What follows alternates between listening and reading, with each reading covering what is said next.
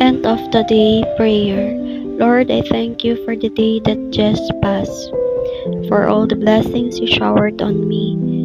I lift up to you all the trials and pressures which I was forced to bear. I look back at the day that has gone and know that you, Lord, for a moment like this, another day like this, for each passing day can only bring me strength and encouragement to do better and face a new tomorrow that speaks to me of new beginnings that will bring better changes. Thank you for a day different from yesterday. Amen. Bible inspiration, Colossians 4 verse 2. Be steadfast in prayer and even spend the night praying and giving thanks. Good night.